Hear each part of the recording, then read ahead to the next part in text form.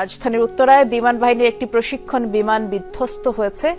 ঘণ্টাখানেক আগে বিমানটি milestone college ক্যাম্পাসে পড়ে বলে প্রাথমিক তথ্যে জানা গেছে। আইএসপিআর জানিয়েছে এটি বিমান বাহিনীর প্রশিক্ষণ বিমান এবং বিধ্বস্ত হওয়ার সাথে সাথেই এতে আগুন ধরে যায়।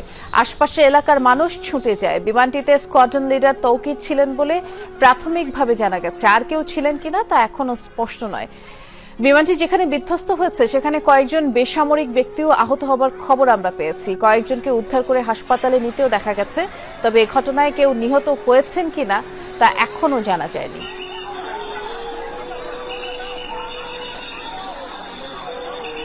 এ বিষয়ে আমাদের সহকর্মী আহমেদ রেজা খোঁজ খবর রাখছেন, তিনি যুক্ত আছেন আমাদের সাথে। রেজা, একটু জানাবেন এখন পর্যন্ত হতাহতের কোনো খবর আপনি পেয়েছেন কিনা? আরেকটি বিষয়, এই বিমানে যে স্কোয়াড্রন লিডার তৌকির ছিলেন তার আসলে কি অবস্থা বা কোনো আপডেট জানা গেছে কিনা, একটু বিস্তারিত করে জানাবেন।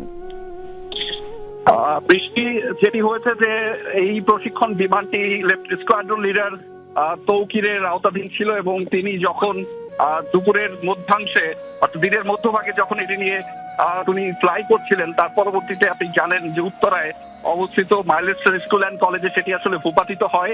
এখন পর্যন্ত আসলে আমরা নিশ্চিতভাবে বলতে পারছি না তার অবস্থান বা তিনি কি অবস্থায় আছেন। আমরা প্রত্যাশা করছি যে সেটি খুব শীঘ্রই হয়তো জানা যাবে। তবে